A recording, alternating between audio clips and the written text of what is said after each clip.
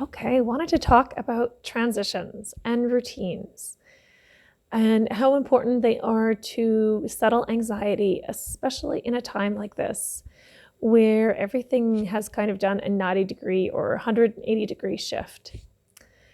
Really important to think about. I'm not thinking about, larger transitions and changes necessarily, but talking more about the transitions that we have from task to task every day, and how we shift from moment to moment, and how those can be really important to be intentional and thinking about our routines and how that can support our nervous system, as well as if you're a parent, how it can support your child or your teen's nervous systems in general, with the times that we are living right now. So I always kind of think of the morning one, the beginning, the first thing we do when we kind of go from sleep to wake. And what are the first things that are a part of our routine? Are those things setting the tone for a helpful and supportive day? Are those things agitating us right away, first thing in the morning? And how can we make choices to create routines and transitions even first thing in the morning that are going to help set the tone for a smoother day? I have found for myself that it's changed over time. And there were periods in my life where waking up and going straight to some physical activity, to a workout, was very beneficial for my overall physical health and mental health. I did that for a number of years. Sometimes would go, straight into working out even before I had breakfast. Other times I would eat first and then jump into physical activity before I went to my other things. So before I went to my classes or before I went to work. And that was a really good rhythm and a really good flow for me. Lately, what I've found, so for the past 18 months, I have switched that up a little bit. And the first thing that I do when I wake up, part of my morning routine, is to have about 20 minutes of mindfulness. Didn't always start like that. It literally started with a 1-minute meditation, and I've worked my way up to it being 20 minutes. But that really, for me, helps to set the intention and set the tone for the day, as well as check in with myself on how I'm doing. It gives me a lot of information in terms of what I want to do next. So if I wake up and I'm feeling extremely tired, and my mindfulness practice allows me to really tune into that, I know what I need next. I'm able to make choices that are going to support that. If I wake up and I'm feeling really energized or feeling really inspired, again, through that mindfulness practice, I can really hone in on those pieces and make decisions that support that. So that's been really helpful. And I would invite you to consider what kind of morning routines you are engaging in right now. Are there some changes or some tweaks that you can do, or that you can support your children or teens to make?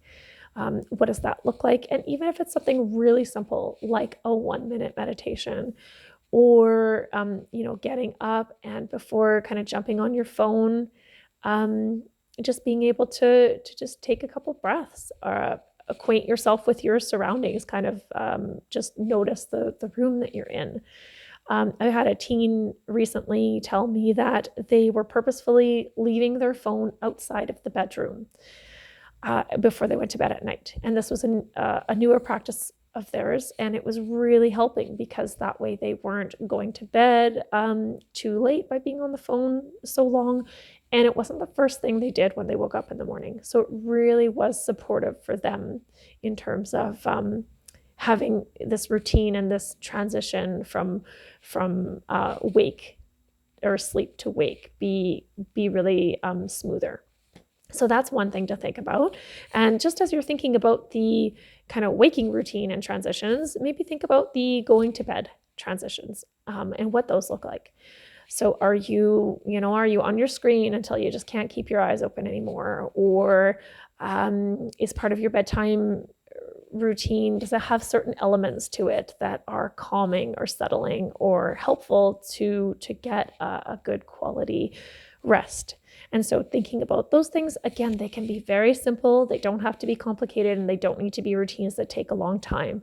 It can literally be just taking a few breaths, or intentionally leaving your screen or turning your screen off about a half hour or an hour before bed. Something like that makes a big difference, but can be part of your nightly practice. Is it, taking a bath, or listening to some calming music, or doing an evening meditation, or a little bit of yoga, or taking a walk, maybe journaling or drawing? These are just some ideas, but things that can be a little more time consuming, and where you need to carve out a little more time for them, or they can be simple. So it really needs to fit with you, and they can start somewhere. So it doesn't need to be, this thing where it's like, okay, it's all or none. It can start with 1 minute of being intentional about your transition, 1 minute of being intentional about a routine, or something you want to add into your routine to make it feel settling and soothing. Another thing about transitions and routines is that they can be helpful in allowing us to feel a little more control. And with the situation the way that it is, with the COVID-19, there can be a lot of agitation and anxiety in terms of not having a lot of control, or having a sense of not having a lot of control over a lot of things, or having a lot of uncertainty in our life right now. And so creating routines, creating transitions from task to task or throughout our day allows us to have a little more of a sense of control. And that can be really helpful in decreasing anxiety or anxious thoughts and anxious feelings. I remember when I would come home from work, most days before I would step into my home, I would just take a couple of moments to take a few deep breaths. And that was kind of part of my transition. Now that I'm home all the time, those don't exist. Those opportunities don't exist in the same way. So I've had to create them and decide what they were going to look like. So I've created, different spaces for different things to happen, and that's been helpful for me. So the school stuff happens in one area, and the work stuff happens in another area, and the sleep stuff happens in another area. If that's possible to really create and carve out physical spaces, that can be one thing. If you can't, it can be even about an action within a same space. So if your workspace has to share the same space as your sleep space, maybe it's just the act of shutting down your laptop, of like folding the laptop down, or perhaps it's, I don't know, like a sticky note. If you have a list that you have given yourself throughout the day, that maybe part of your transition is like crossing off an item on the list. And that in itself is good enough. So consider your transitions, your routines. How are they serving you? How are they maybe leading to more agitation?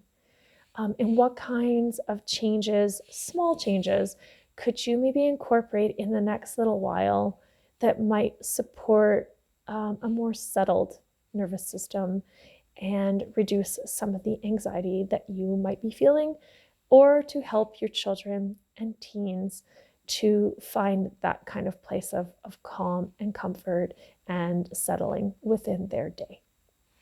My name is Chantal Cote. I'm a registered psychologist in the province of Alberta. My practice is all about helping older children, teens, and young adults rid themselves of unhelpful, anxious thoughts and feelings. You can follow me on Instagram, on Facebook, or you can check out my website at www.pyramidpsychology.com. Thank you.